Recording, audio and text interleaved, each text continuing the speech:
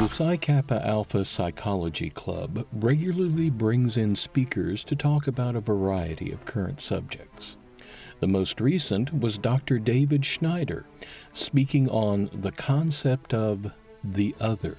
There's always been a sense that the other, people that are not like us, are somehow not like us and therefore perhaps a little bit dangerous. I think what's happened in the last really 20 years, ever since Obama was elected president, is that the other has become a focus of danger. The person that, the group of people, whether it be Hispanics or blacks or Muslims, these are people that are dangerous, they're undercutting our way of life, and we need to stop them. So that's what the talk was really about. The 911 thing certainly increased the visibility of Muslims and the problems that they might create.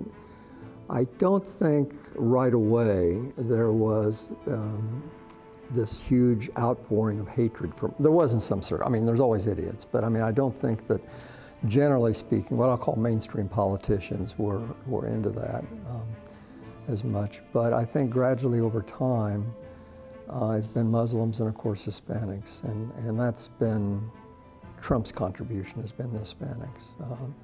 They never were seen really as much of a threat before that. And of course, Obama being African American has galvanized, has sort of focused, I think the proper word is focused, sort of focused a lot of racism, racist prejudice kind of things.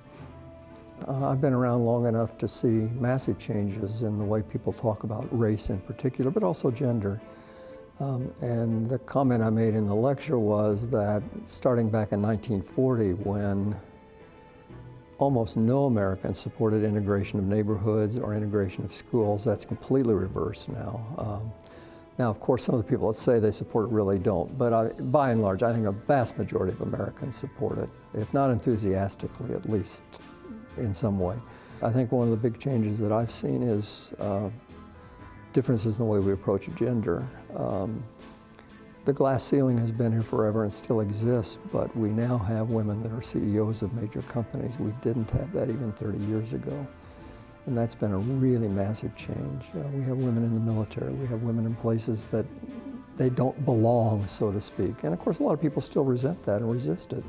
The kids that were here today, they don't understand any of that because they haven't been around long enough, but I have, and it's just been I just think it's a massive change, and from my point of view, of course, a very welcome change. That said, there's a downside, which is now that people have choices, and choices create discomfort.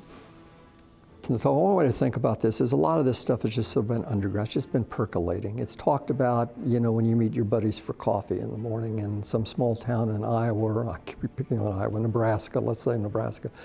All this stuff is there. What's happened is it's out in the open now. And once this stuff gets out in the open, it's very hard to put it back. The encouraging sign is that we're raising a generation of young people that are the least racist, the least concerned about these issues, and they by and large don't like Trump, and it's not Trump, it's his rhetoric. They're really turned off by this. Kids had cross-race friends that were unthinkable 3 or 4 generations ago.